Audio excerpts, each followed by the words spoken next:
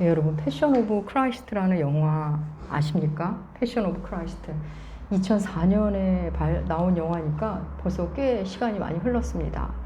그 영화가 나오던 고 그리고 한 5, 6년 동안은 고난주간이 되면 많은 교회들이 그 영화를 함께 보곤 했습니다. 뭐 편집한 부분을 보여주기도 하고 전체를 보기도 하고 주님의 순환을 아주 사실적으로 묘사한 영화입니다. 십자가 형벌이 얼마나 잔인했는지 주님이 겪으신 고통이 얼마나 극심한 거였는지를 담아낸 영화입니다.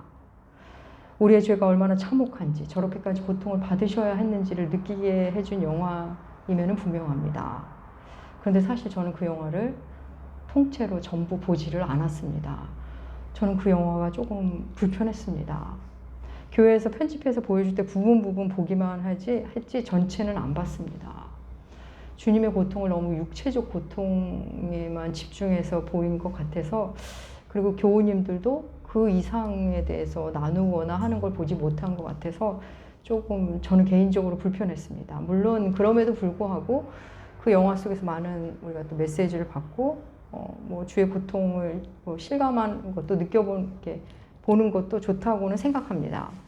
그런데 여러분, 성경은 의외로 주님의 그 육체적 고통에 대한, 십자가 위에서의 육체적 고통에 대해서는 그렇게 자세히 다루지 않고 있습니다. 우리는 몇 주간 사람의 손에서 사람의 손으로 물건 넘겨지듯 넘겨지는 우리 주님의 모습을 함께 살펴보았습니다. 오늘부터는 재판이 아니라 형이 집행되는 장면이 시작됩니다. 십자가 형벌이 시작되기 전, 그러니까 주님이 그 자리에 오기까지 주님의 여러 과정을 겪으셨습니다. 먼저는 제자인 가룟 유다에 의해 은삼십냥에 팔리십니다. 대제사장에게 넘겨지시죠. 대제사장들은 가야바 법정에 주님을 세웁니다. 그리고는 다시 가야바 법정에서 빌라도 법정으로 주님이 넘겨줍니다. 빌라도 법정에서 다시 군인들에게 손에 넘겨지십니다. 주님은 인간의 손에서 인간의 손으로, 하나님의 아들이, 하나님이, 창조주가 인간의 손에서 인간의 손으로 그렇게 넘겨집니다. 주님은 제자와의 관계에서 여러분 실패하셨습니다. 제자 한 사람에 의해 은 30냥에 팔리십니다. 경제 논리에 예수가 팔립니다. 이어 주님은 종교 법정인 가야바 법정에서 사형을 언도받으십니다. 그리고 정치 법정인 빌라도 법정에서 십자가형이 확정되십니다.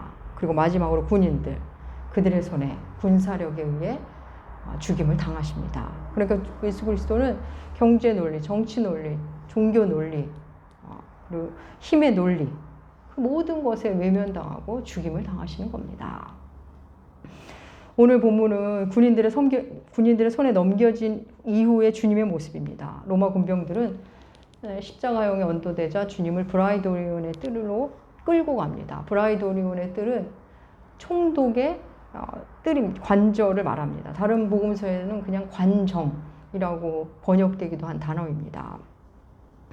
온 군대가 모여 주님을 희로 갑니다. 여기서 온 군대라고 한 건 뭐 로마 군대 전부가 아니라 그 총독의 근위병, 관저에 살기도 하고 근처에 있었을 그 군인들을 말하는 것 같습니다. 그렇다면 총 600명입니다.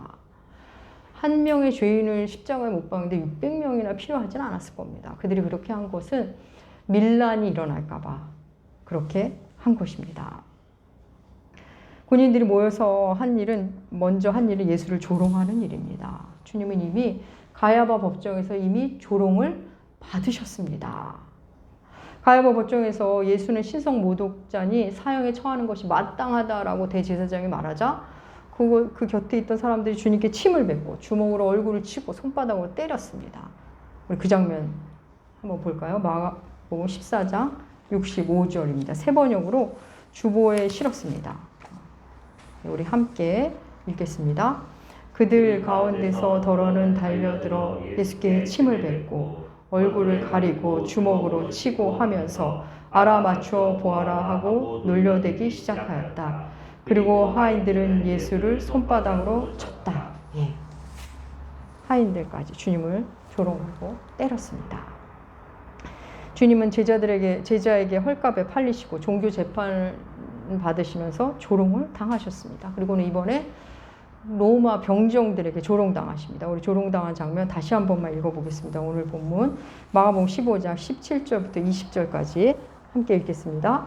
예수께서 자색 옷을 입히고 가시관을 엮어 씌우고 경례하여 이르되 유대인의 왕이여 평안할지어다 하고 갈대로 그의 머리를 치며 침을 뱉으며 꿇어 절하라. 희롱을 다한 후 자색 옷을 벗기고 도로 그의 옷을 입히고 십자가에 못 박으려고 끌고 나가니라. 군인들이 주님께 자주색 옷을 입힙니다. 자주색 옷. 자주색 옷은 당시 황제를 상징하는 색깔이었습니다. 그래서 왕족들만 입을 수 있는 색깔이었습니다. 아마도 군인들이 어디선가 자주색 옷을 구해온 것을 보여줍니다. 로마 장병들은 주님이 입고 있던 옷을 벗기고 그리고 자주색 옷을 입힙니다. 그리고는 가시관을 씌우고 경례하며 말합니다. 유대인의 왕이여 평안할지어다. 유대인의 왕이여 평안할지어다. 이 말은 사실 황제에게 하는 인사입니다. 황제에게 직역하면 황제 폐하 만세 뭐 이런 말, 그 말을 예수님께 한 겁니다. 그러니까 유대인의 왕 만세 이렇게 말하고 있는 겁니다. 그리고는 갈대로 주님의 머리를 칩니다. 다른 복음서에 보면 갈대를 손에 쥐어주었다라는 말이 나온 걸 보면 주님께 갈대를 손에 쥐었다가 뺏어서 머리를 이렇게 친 것 같습니다. 이 갈대는 왕이 들고 있는 왕이 갖고 있는 홀을 재현한 겁니다. 주님을 갈대로 머리로 치고는 침을 뱉고 그 앞에 꿇어 엎드려 절합니다. 그렇게 모든 희롱을 마치고 다시 그들이 입혔던 자주색 옷을 벗기고 주님이 원래 입었던 그 옷을 주님께 입힙니다. 정말 상상도 할 수 없는 조롱입니다. 주를 향한 조롱과 희롱은 거기서 그치지 않습니다. 주님은 십자가 위에서도 다시 한번 조롱을 받으십니다. 여러분, 성경은 주께서 조롱당하신 것을 왜 이렇게 상세하게 보도하는 걸까요? 채찍으로 몇 대 맞으셨는지, 가시관을 썼을 때 어땠는지, 무슨 가시나무로 만들었는지, 또 피는 얼마나 흘리셨는지 이런 얘기는 안 해주는 거에 비해 주님이 조롱당하신 거에 대해서는 굉장히 상세하게 기록하고 있습니다. 사랑하는 여러분, 예수의 죽음은 그냥 십자가에 단번에 못 박혀 죽은 그런 죽음이 아닙니다. 먼저는 모욕당하시고 그리고 마지막에도 모욕을 당하십니다. 우리는 여기서 왜 이렇게 모욕당하심을 초점을 두고 있는지, 또 왜 이렇게까지 모욕을 당하셔야 하는지, 그냥 죽이지 왜 이렇게 모욕당하는 과정을 겪게 하셨는지 생각해 볼 필요가 있습니다. 이에 앞서 우리는 주님에게 십자가라는 것이 과연 어쩔 수 없이 질 수밖에 없는 거였는지, 아니면 스스로 그 길을 가신 건지, 그걸 먼저 잠깐 살펴보도록 하겠습니다. 겟세마네 동산에서 기도를 마치셨을 때 가룟 유다가 이제 사람들과 함께 옵니다. 그래서 주께서 체포당하시죠. 그 상황에서 베드로가 대제사장의 종 말고라는 사람의 귀를 칩니다. 여러분 다 기억하시죠? 그때 주께서 말고의 귀를 고쳐주시고는 베드로를 향해 이렇게 말씀하십니다. 우리 마태복음 26장 53절. 여러분의 주보에 실었습니다. 마태복음 26장 53절. 주님의 말씀 함께 읽겠습니다. 너는 내가 내 아버지께 구하여 지금 12군단 더 되는 천사를 보내시게 할 수 없는 줄로 아느냐. 베드로에게 주님이 내가 하나님께 12군단 더 되는 천사를 보내달라고 할 줄 몰라서 내가 이러는 줄 아냐? 이렇게 말씀하십니다. 무슨 뜻이죠? 지금 이거 내가 안 당할 수 있는데 당하고 있는 거라는 겁니다. 체포 당하지 않을 수도 있는데 지금 가고 있는 거라는 말씀입니다. 그렇습니다. 주님은 모욕과 수치를, 십자가형 자체를 감당하지 않으셔도 되는 분입니다. 어느 때건 주님이 그만두고 싶으시면 그만둬도 되는 여정이었습니다. 그런데 그것을 다 당하고 계십니다. 사랑하는 여러분, 그래서 우리가 예수를 사랑하지 않을 수가 없는 겁니다. 여러분, 예수의 십자가는 바로 우리의 죄악과 허물이 얼마나 참혹한 건지를 보여주는 겁니다. 예수의 십자가의 참혹함을 보면 그 참혹함은 지옥이 얼마나 끔찍한 것인지를 보여주고 계시는 겁니다. 또 우리의 죄가 얼마나 끔찍한 죄인지를 십자가로 하나님이 드러내 주시는 겁니다. 우리의 죄와 예수의 십자가, 예수의 고통이 어떻게 상관이 있는지 이사야 선지자를 통해 하나님 우리에게 이렇게 말씀하십니다. 이사야 53장 3절부터 5절 세 번역으로 주보에 실었습니다. 우리 함께 읽겠습니다. 그는 사람들에게 멸시를 받고 버림을 받고 고통을 많이 겪었다. 그는 언제나 병을 앓고 있었다. 사람들이 그에게서 얼굴을 돌렸고 그가 멸시를 받으니 우리도 덩달아 그를 귀하게 여기지 않았다. 그는 실로 우리가 받아야 할 고통을 대신 받고 우리가 겪어야 할 슬픔을 대신 겪었다. 그러나 우리는 그가 징벌을 받아서 하나님에게 맞으며 고난을 받는다고 생각했다. 그러나 그가 찔린 것은 우리의 허물 때문이고 그가 상처를 받은 것은 우리의 악함 때문이다. 그가 징계를 받음으로써 우리가 평화를 누리고 그가 매를 맞음으로써 우리의 병이 나았다. 아멘. 여러분, 예수 그리스도의 십자가, 예수의 고통은 모두 우리 때문이고 우리를 대신한 거고 우리를 위하는 겁니다. 우리를 구하기 위해 지신 십자가입니다. 우리가 손으로 지은 죄 때문에 손에 못이 박히신 거고 우리가 발로 지은 죄 때문에 그 발에 못이 박히신 겁니다. 우리가 머리로 지은 죄 때문에 가시관을 쓰신 것이고 우리가 마음으로 지은 죄 때문에 창에 찔리실 겁니다. 예수가 겪으신 그 고통은 모두 우리의 죄와 연관된 고통입니다. 그 십자가가 어떻게 시작한다고요? 조롱으로, 멸시당함으로 시작합니다. 멸시받고 버림받고 조롱당한 것으로 십자가가 시작됩니다. 여러분, 사람은 조롱당하면 모욕감과 수치감, 모멸감을 느끼는 존재입니다. 부끄러움 정도가 아니라 모멸감, 모욕감을 느낍니다. 물론 조롱당한다는 것의 기준, 수치심과 모멸감을 느끼는 정도는 차이가 있을 겁니다. 아무튼 인간은 수치와 모욕을 느끼는 존재입니다. 하나님의 창조물 중에서 수치와 모욕을 느끼는 유일한 존재입니다. 동물은 음식을 던져줘도 기쁘게 받아 먹습니다. 그런데 인간은 음식을 던져주면, 음식이 담긴 그릇을 불쾌하게 툭 내주면 마음이 상합니다. 그래서 죽을 만큼, 굶어 죽을 만큼 배가 고프지 않으면 내가 안 먹고 말지 하고 자리를 일어서는 게 인간입니다. 사람은 그런 존재입니다. 한 사회학자의 글을 제가 읽어본 적이 있는데 침팬지, 동물 중에 아주 뛰어난 존재죠. 침팬지에게 자기들의 공동체 안에서 느끼는 부끄러움이나 체면 같은 것이 있는 것 같다라는 글을 제가 읽어본 적이 있습니다. 침팬지에게 실험을 했습니다. 자주 다니는 길에 웅덩이를 파놨습니다. 근데 침팬지가 얼떨결에 빠졌겠죠? 그래서 나오더니 이 녀석이 두리번 거리더라는 겁니다. 그러니까 뭐 또 다른 위험이 있어서 살펴본 건지 알 수도 있지만 누군가 봤을까봐 부끄러워서 체면 때문에 그렇게 본 것이 아닌가라는, 그러고 보면 침팬지도 그들만의 체면이나 어떤 부끄러움이 있는 것이 아닐까 추정하는 글을 제가 읽었습니다. 혹 침팬지가 부끄러움을 느끼는 그 무엇이 있다고 해도 인간이 느끼는 수치심과 모멸감과는 여러분 비교할 수 없습니다. 그 외에 다른 동물 어떨까요? 다른 동물도 그렇습니다. 인간이 가장 가까이 지내는 개의 경우 사람이 개에게 기쁨과 슬픔, 두려움을 줄 수가 있다고 합니다. 그런데 개에게 수치심과 부끄러움을 느끼게 할 수는 없다고 합니다. 수치심이나 모욕감은 물론 부끄러움조차 개에게 느끼게 할 수 없다고 합니다. 혹여 다른 영장류, 침팬지 같은 애들이 부끄러움을 느낀다 해도 그 인간은 그 수치심 때문에 삶을 중단할 정도의 그 모멸감을 느끼는 인간과는 비교도 할 수 없는 겁니다.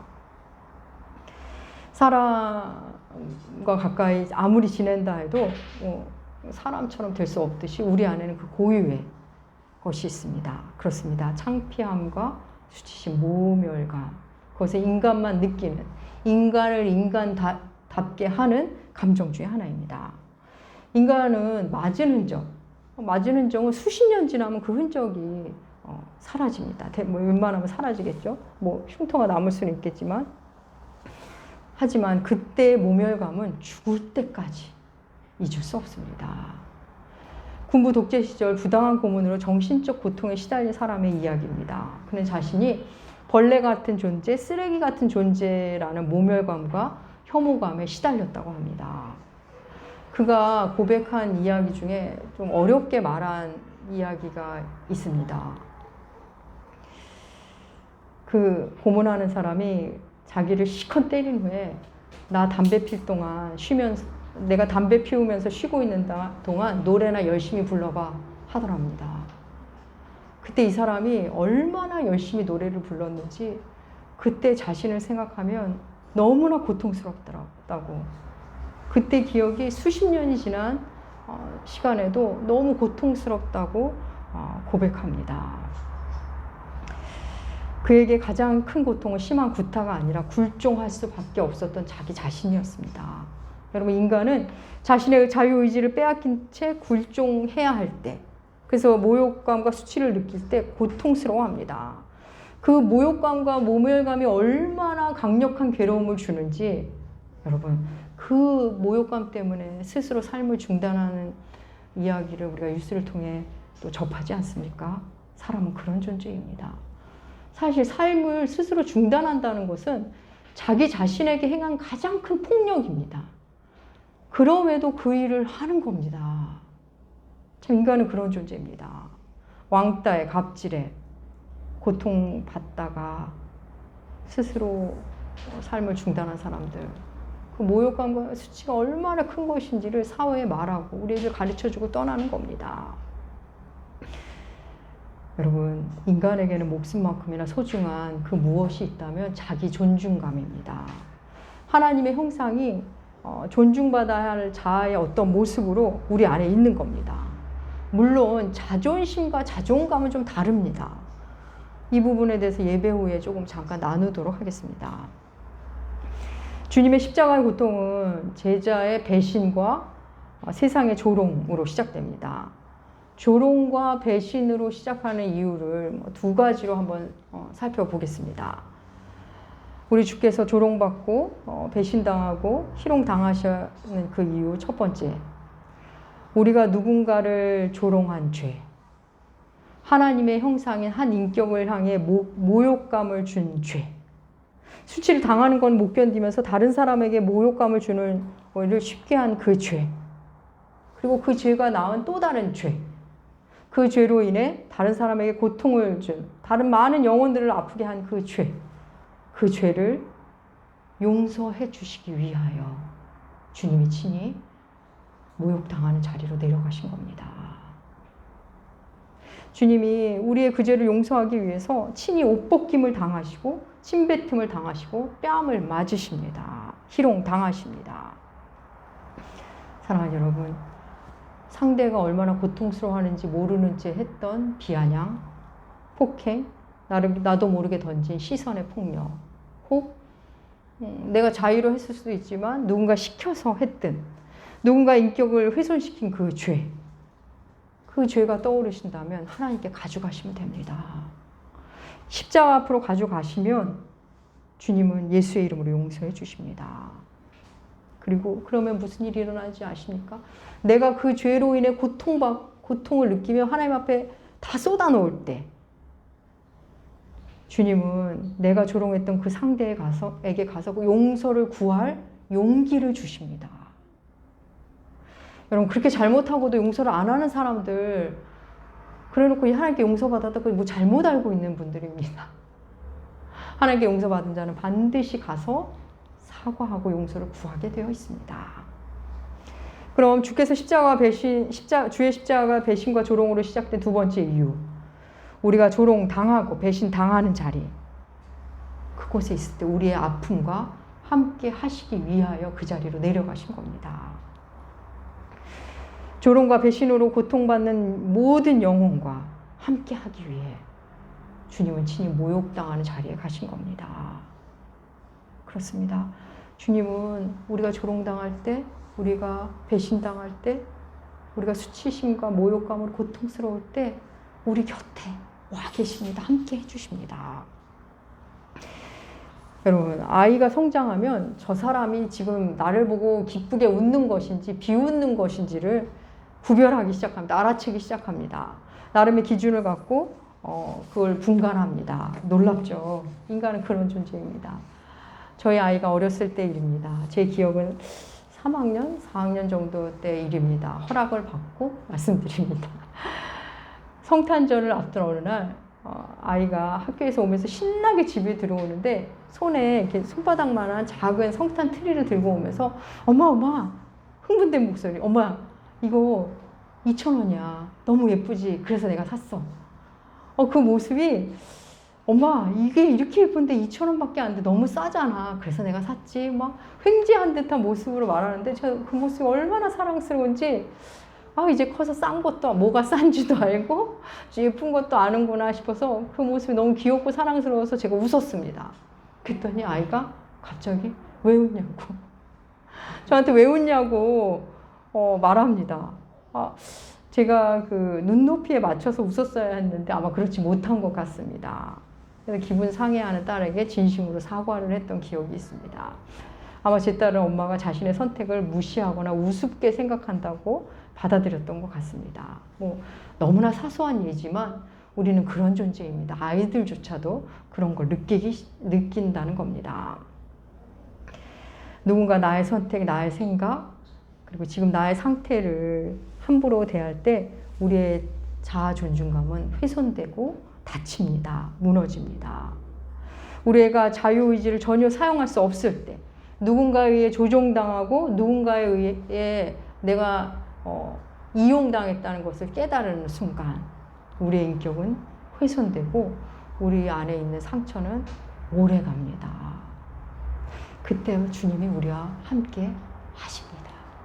주님이 그걸 경험하셨기 때문입니다. 제가 부사역자 생활할 때 모시고 있던 담임 목사님께 혼난 적이 있습니다. 뭐 혼날 수 있죠. 부사역자는 혼나면서 일을 배우는 사람이니까요. 뭐 많이 혼났는데 아주 유난히 기억에 남는 일이 있습니다. 사실 그렇게 큰 일은 아니었는데 게다가 제 잘못도 아니었습니다. 근데 뭐 제가 그랬어요. 이렇게 할 수 없어서 가만히 있었습니다. 근데 얼마나 혼을 내시는지 야, 너 도대체 뭐 하는 사람이야? 야, 너 이래가지고 되겠어? 그런 말로 여러 말로 저를 막 혼쭐을 내셨습니다. 혼이 나고 다 혼나고 제가 혼자 화장실에 이렇게 가 있는데 거울을 보는데 이렇게 눈물이 나고 마음이 힘들더라고요. 그래서 주님께 이제 한탄을 했어. 주님, 제 아이가 지금 몇 살인데 저 좀 40도 훌쩍 지났는데 제 가족이 보면 얼마나 마음 아파할까요? 하소연을 하고 좀 시간이 지나면서 그럴 수도 있지. 괜찮은 거야. 뭐 일할 때 혼날 수 있는 거야. 또 저한테 이렇게 달래다가 그러면서 또 제 상태를 보니까 자존심이 상하지도 않았습니다. 그리고 제가 우리 목사님을 밉지도 않았습니다. 그냥 당황스러웠지 생각도 전혀 안 들었는데 제 마음이 너무 아팠습니다. 이상하게 너무 고통스럽더라고요. 그래서 마음이 오락가락 하다가 제 마음에 이런 진단이 내려졌습니다. 성령께서 가르쳐 준 것 같습니다. 지금 내 인격이 다쳤구나.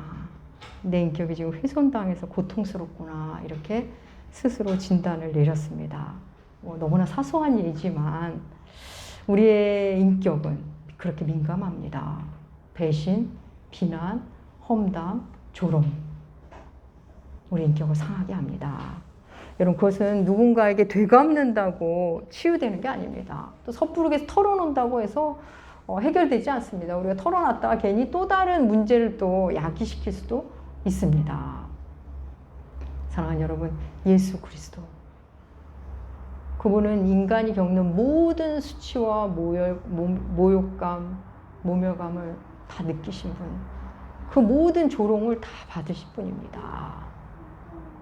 그분 앞에 가져가야 우리가 치유됩니다.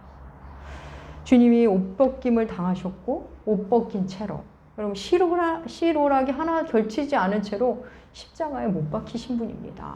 얼굴에 침뱉음을 당하셨습니다. 뺨을 맞으셨습니다. 사랑하는 제자들에게 배신을 당했고 또 다른 제자에게 부인당하십니다. 그리고 나머지 모든 제자들에게 버림을 받으시고 군인들에게 종들에게도 희롱을 당하십니다. 십자가 위에서도 조롱은 계속됩니다. 사랑하는 여러분, 오늘날은 어떻습니까? 우리 주님이 조롱당하지 않는 날이 하루도 없습니다. 많은 교회들의 잘못으로, 목회자와 성도들의 잘못으로, 우리의 잘못으로, 바로 내 잘못으로 주님이 지금도 조롱당하고 계십니다. 왕따, 갑질, 험담과 비난. 사랑하는 여러분, 이거는 그리스도인이 할 일이 아닙니다. 우리가 할 수 없는 일입니다. 누군가가 갑질당하고 우리가 누군가에게 갑질을 하고 누군가를 왕따 시킬 때 그 현장에 주님이 의뢰 자리에 가십니다. 그래서 갑질을 당하시고 왕따 당하는 현장에 왕따로 당하시는 겁니다. 이게 무슨 말이죠? 우리가 갑질을 한다면 예수께 갑질을 하는 거고, 우리가 누군가를 왕따 시킨다면 예수를 왕따 시키는 거라는 겁니다. 사랑하는 여러분, 주님은 우리를 위해, 우리를 대신하여 조롱받으셨고, 지금도 우리가 조롱받을 때 우리와 함께 그 자리에 함께 계십니다. 사랑하는 여러분, 주님은 우리의 상처난 인격을 치유해 주시는 유일한 우리의 구원자이십니다. 사랑하는 여러분, 세상의 아픈 마음, 상한 마음 주님이 고치십니다. 여러분 마음 상하실 때 주님께 고하십시오. 그렇지 않고서 여러분 치유받을 수 없습니다. 여기저기 쫓아다녀봤자 가지만 건드리지 우리의 뿌리를 만져주지 못합니다. 예수 그리스도는 이 땅의 모든 모욕과 수치로 고통받는 영혼과 함께 하십니다. 사랑하는 남은교회 교우 여러분, 우리를 위해 조롱당하신 그 예수 그리스도, 그분을 주인으로 만나시고 여러분의 일상의 주인으로 모셔드리셔서 주의 십자가 앞에서 여러분의 아픈 모든 마음을 치유받으시는 여러분들 되시길 축복합니다. 기도하겠습니다. 하나님 아버지, 감사합니다. 우리를 위해, 우리 때문에 배신당하시고 조롱당하신 우리 주님, 그 주님을 따른다면서도 영광의 자리만 찾아다니는 것은 아니지요. 하나님, 우리가 조롱당할 때 우리와 함께 하시는 우리 예수 그리스도, 그분의 이름을 부를 때 우리 마음에 오셔서 우리를 치유하시고 그 상처로부터 자유케 하여 주시옵소서. 감사드리며 존귀하신 예수님의 이름으로 기도합니다. 아멘. 아멘. 아멘.